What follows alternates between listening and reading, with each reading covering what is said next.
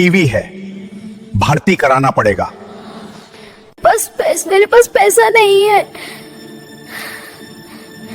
Private hospital क्यों आया है? यहाँ हॉस्पिटल क्यों आया है? यहाँ जगह नहीं है। मेरा बेटा चोरी नहीं किया है। अमान, तुम्हें मेरे साथ चलना होगा, तुमसे पूछताछ करना है। साहब, माँ को छोड़कर कहीं नहीं। सुबह के ठीक 4 बजे थे। शहर अभी सो रहा था। सड़कों पर सन्नाटा था। बस कहीं कहीं कुत्तों के भौंकने की आवाज और कूड़े की गाड़ियों की चरमराहट सुनाई दे रही थी। इसी सन्नाटे में एक दुबला पतला सा लड़का, फटे हुए जूते, घिसी हुई टी-शर्ट और कंधे पर टंगा एक बड़ा सा बोरा लेकर कूड़े के ढेरों के बीच झुका हुआ कुछ ढूंढ रहा था। नाम था उसका अमन। उम्र सिर्फ 15 साल। लोग उसे बस एक ही नाम से जानते थे, कूड़ा चुनने वाला लड़का। अमन की दुनिया बहुत छोटी थी। एक झुग्गी, एक बीमार माँ और यादों में बस एक तस्वीर, उसके पिता की। पिता नगर निगम में सफाई कर्मचारी थे। एक दिन नाले की सफाई करते वक्त जहरीली गैस में दम घुट गया। मुआवजा सरकारी फाइलों में अटक गया। उस दिन के बाद अमन ने स्कूल छोड़ दिया। किताबों की जगह कूड़े के ढेर उसकी क्लासरूम बन गए। कूड़े में मिला पहला कंप्यूटर। एक दिन शहर के सबसे अमीर इलाके से एक ट्रक कूड़ा फेंकने आया। अमन ने बोरा खोला तो उसे कुछ अजीब सा दिखा। एक टूटा हुआ लैपटॉप। स्क्रीन टूटी थी, कीबोर्ड में आधे बटन गायब, बैटरी नहीं थी। लेकिन अमन की आंखें चमक उठीं, क्योंकि उसने पहले कंप्यूटर देखा था। कूड़े में भी ज्ञान होता है। अमन उस लैपटॉप को उठा लाया। रात में एक पुराने बिजली के खंभे से चोरी छिपे तार जोड़कर उसने लैपटॉप चालू करने की कोशिश की। कई बार झटका लगा, हाथ जल गया। मां चिल्लाई, मर जाएगा क्या, ये सब फेंक दे। लेकिन जब स्क्रीन पर हल्की सी रोशनी जली, अमन रो पड़ा। इंटरनेट नहीं था, लेकिन पास के साइबर कैफे से लोग जब कागज फेंकते, उनमें प्रिंट आउट होते। HTML क्या है, Python basics, hacking course advertisement. Aman उन्हें जोड़ जोड़ कर पढ़ता। रात में लैपटॉप की टूटी स्क्रीन के आधे हिस्से पर कोड लिखना सीखता। मां की हालत बिगड़ती गई। एक रात मां खून की उल्टी करने लगी। डॉक्टर ने कहा, इलाज में पैसे लगेंगे, कम से कम 50,000। अमन के पास थे सिर्फ 120 रुपए।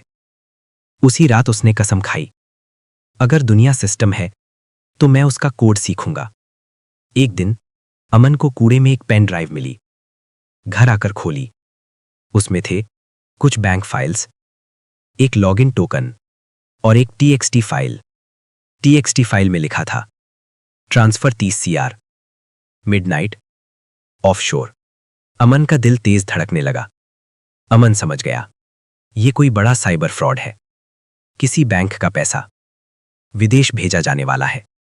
रात के 12 बजे उसके पास थे सिर्फ टूटा लैपटॉप, 2 घंटे और उसका दिमाग। कूड़े से उठे हाथ कीबोर्ड पर चले।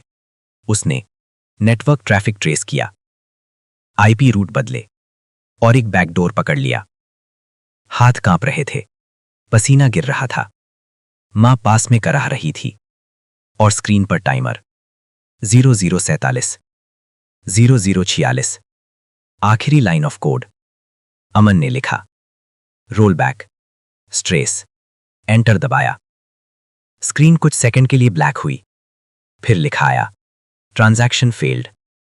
अगली सुबह पूरे शहर में हड़कंप था। टीवी पर ब्रेकिंग न्यूज, 30 करोड़ की साइबर ठगी नाकाम, अज्ञात हैकर ने बचाया बैंक। बैंक अफसर हैरान थे, पुलिस हैरान थी, IT एक्सपर्ट हैरान थे और एक झुग्गी में अमन अपनी मां को पानी पिला रहा था। मां बोली, बेटा तू कौन सा जादू जानता है? अमन बस मुस्कुराया। सुबह के 9 बजे थे। पूरे देश में एक ही खबर घूम रही थी, 30 करोड़ की साइबर ठगी नाकाम, अज्ञात हैकर ने बचाया बैंक। बैंक के मुख्य कार्यालय में IT डिपार्टमेंट, साइबर सेल और बड़े बड़े अफसरों की मीटिंग चल रही थी। हर कोई एक ही सवाल पूछ रहा था, वो हैकर कौन है? उधर एक झुग्गी में अमन की मां की हालत और बिगड़ गई थी। सांस उखड़ रही थी, हाथ ठंडे पड़ रहे थे। अमन ने पड़ोसी से रिक्शा मांगा। रिक्शा वाला बोला, पैसे?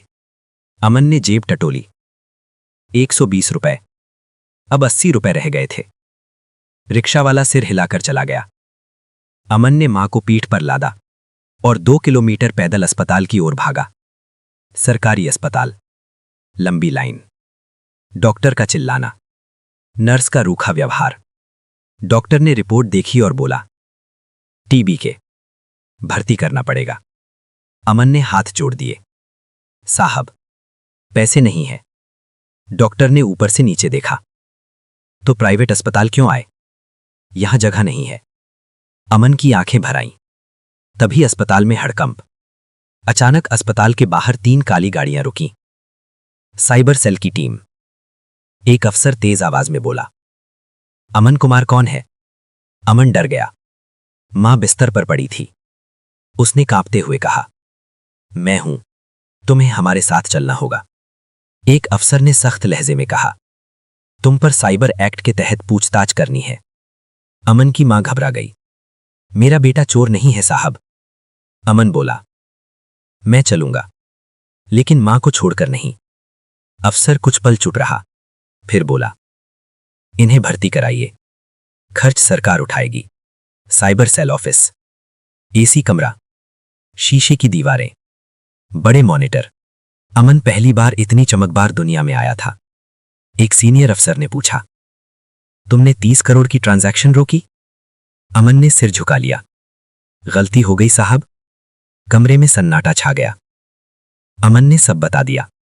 लैपटॉप, कूड़े से मिले प्रिंट आउट, पेन ड्राइव और मां की बीमारी। एक आईटी एक्सपर्ट ने पूछा, तुमने रोलबैक कमांड कैसे लिखी? अमन बोला, मैंने खुद बनाई। पूरा कमरा सन्न। जब अफसरों की आंखें नम हुई, एक अफसर बोला, तुम्हें पता है तुमने देश का पैसा बचाया है? अमन बोला, मुझे बस मां बचानी थी। जांच में पता चला, ये 30 करोड़ उसी बैंक के एक सीनियर आईटी मैनेजर और एक विदेशी हैकर गैंग मिलकर निकाल रहे थे। और पेन ड्राइव जानबूझकर कूड़े में फेंकी गई थी ताकि कोई सुराग न बचे। लेकिन उन्हें नहीं पता था कि कूड़े में रहने वाला लड़का कोड पढ़ सकता है। शाम तक खबर लीक हो गई। टीवी चैनल चिल्ला रहे थे, कूड़ा चुनने वाला या मास्टर हैकर, हीरो या अपराधी। कुछ एंकर बोले, कानून तोड़ना गलत है। कुछ बोले, अगर ये लड़का नहीं होता तो 30 करोड़ चले जाते। अमन ये सब नहीं जानता था। वो बस अस्पताल में बैठा मां का हाथ पकड़े था। मां की आंखों में डर। मां ने धीमी आवाज में पूछा, बेटा, तुझे जेल तो नहीं होगी? अमन मुस्कुराया, अगर हो भी गई तो भी मैं खुश हूं। मां रो पड़ी। सरकार का फैसला। रात को गृह मंत्रालय से आदेश आया, उसे सरकारी सुरक्षा दी जाएगी और जांच में सहयोग लिया जाएगा। लेकिन एक सवाल अभी बाकी था, 30 करोड़ का क्या होगा? बैंक की मीटिंग। बैंक बोर्ड में बहस। एक डायरेक्टर बोला, ये लड़का खतरनाक है, कल किसी और का सिस्टम तोड़ देगा।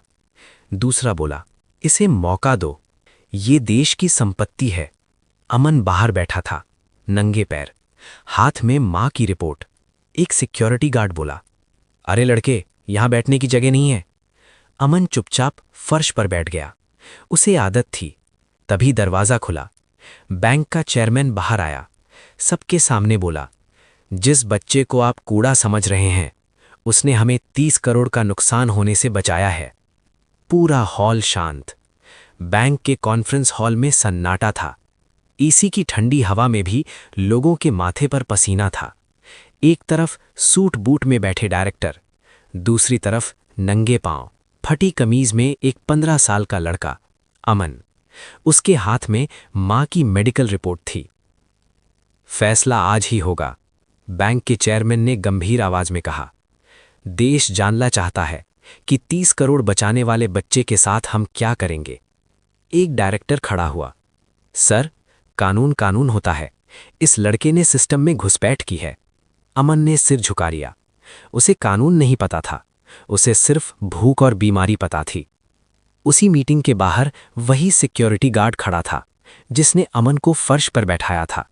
गार्ड बुदबुदाया, कूड़ा उठाने वाला आज बड़े अफसरों के बीच बैठा है। अमन ने सुन लिया, लेकिन चुप रहा। एक सीनियर साइबर एक्सपर्ट खड़ा हुआ। उसने प्रोजेक्टर पर कोड दिखाया।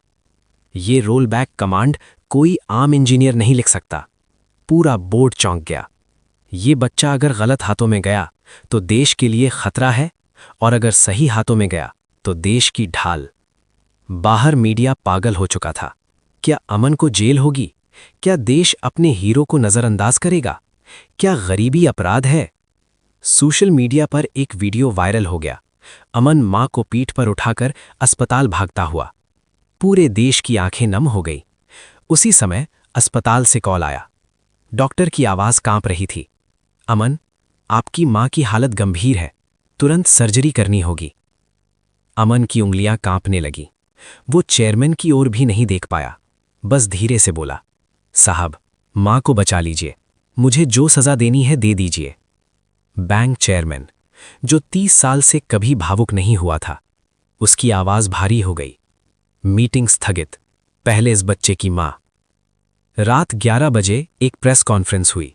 देश भर के कैमरे। चेयरमैन ने कहा, बैंक ने सर्वसम्मति से फैसला लिया है।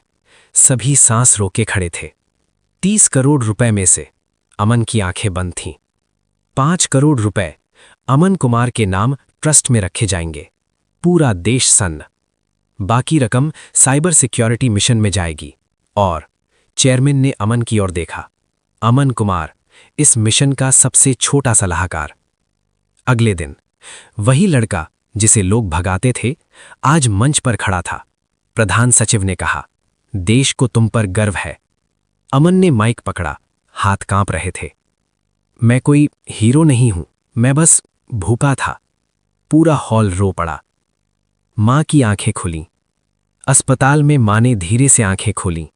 अमन, तू ठीक है ना? अमन रोते हुए बोला, अब सब ठीक हो जाएगा मां। वही लोग, अब सलाम। कुछ हफ्तों बाद अमन साफ कपड़ों में कॉलेज जा रहा था। वही मोहल्ला, वही लोग, वही दुकानदार जो कभी भगाता था। बेटा, चाय पिएगा? वही सिक्योरिटी गार्ड जो फर्श पर बैठाता था। सर, सलाम। अमन ने मुस्कुरा कर कहा, मैं अभी भी वही हूं।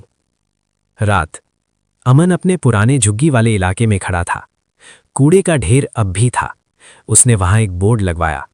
यहां से एक भविष्य निकला था। सच। अमन ने कभी अपने पिता का मुआवजा नहीं मांगा, कभी 5 करोड़ को छुआ भी नहीं। वो आज भी कहता है, पैसा नहीं बदला, नजरिया बदला। कभी कभी कूड़ी में फेंकी गई चीजें नहीं, कूड़े में फेंके गए लोग दुनिया बदल देते हैं।